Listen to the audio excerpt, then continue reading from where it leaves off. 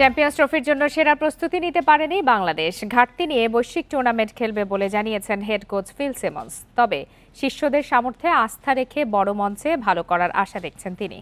Of ফর্মে থাকা অধিনায়ক শান্ত ও নাহিদ রানার ওপর বিশ্বাস রাখছেন সিমন্স। ওয়ানডে ফরম্যাটের চ্যাম্পিয়ন্স ট্রফি বিপিএল টি-20তে হয়নি আদর্শ প্রস্তুতি। মিরপুরে 5 দিনের ক্যাম্পেই ভরসা।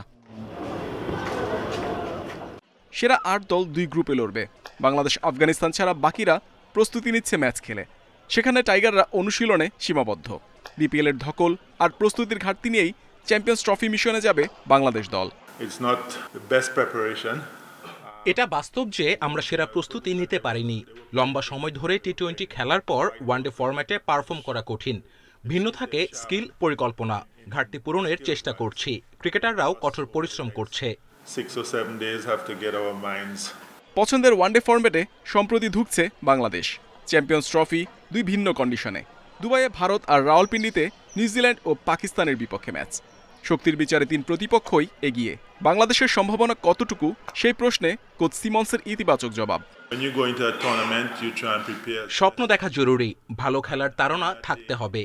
প্রতিটা ম্যাচ জেতার জন্যই নামবো। ট্রফি জয়ের সম্ভাবনা আছে যদি আমরা সেরা পারফর্ম করতে পারি।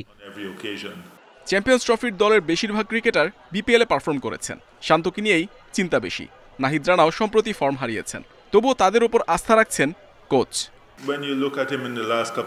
নাহিদের গতি কমে এসেছিল। কয়েকদিনের বিশ্রামে দুর্বলতা কাটিয়ে উঠেছেন। শান্তও কঠোর পরিশ্রম করছেন। আমাদের অধিনায়ক অভিজ্ঞতা ও মানসিক দিক থেকেও বাকিদের চেয়ে এগিয়ে।